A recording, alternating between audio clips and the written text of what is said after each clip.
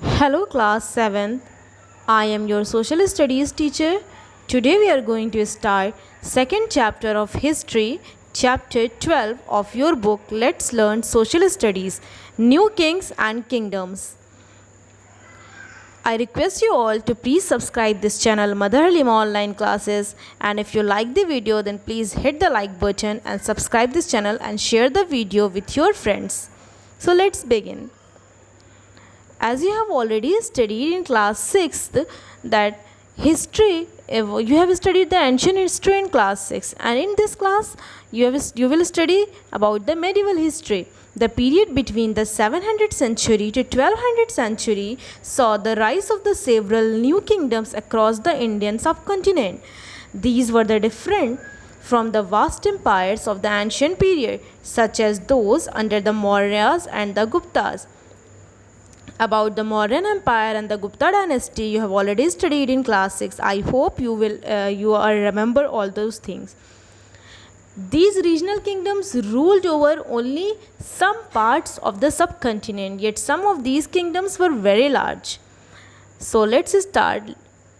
New dynasties. A number of Rajput kingdoms also emerged during this period. Some people call them descendants of the Central Asian tribes who settled in India after the Huan invasion.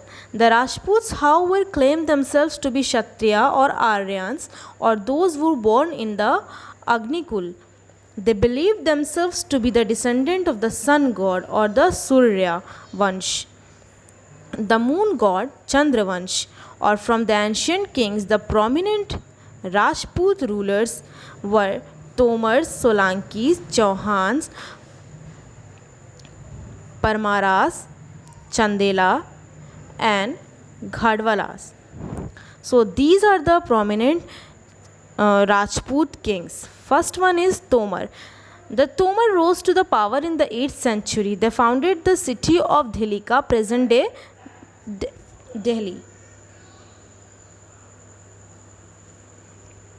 They were small rulers of the parts of the Delhi and Haryana. They were defeated by Chauhans. The Chauhans. The area of the influence of the Chauhans was Delhi and the Ajmer. Chauhans defeated Tomars. Okay. Then came the Solanki. One of the most prominent ruler of the Chauhan is Prithviraj Chauhan. Okay.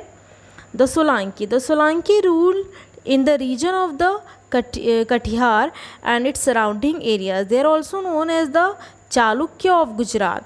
They built the Dilwara temple at Mount Abu and the Sun temple at Modhera. After that, Pavars, they were the rulers of Malwa.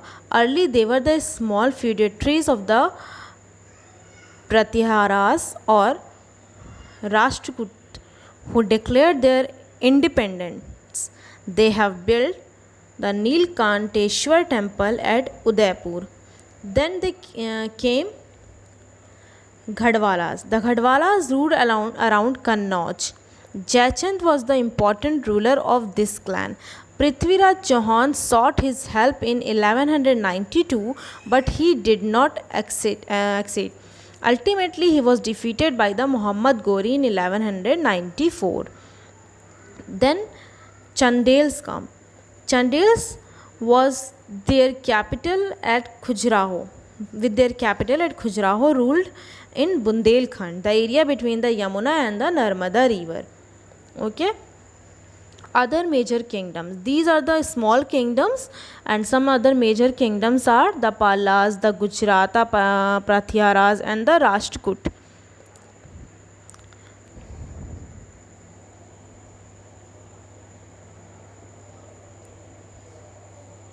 So these are the old dynasty, old kingdoms actually you can say, which were ruled during the period of 1200 century to 800 to 1200 century.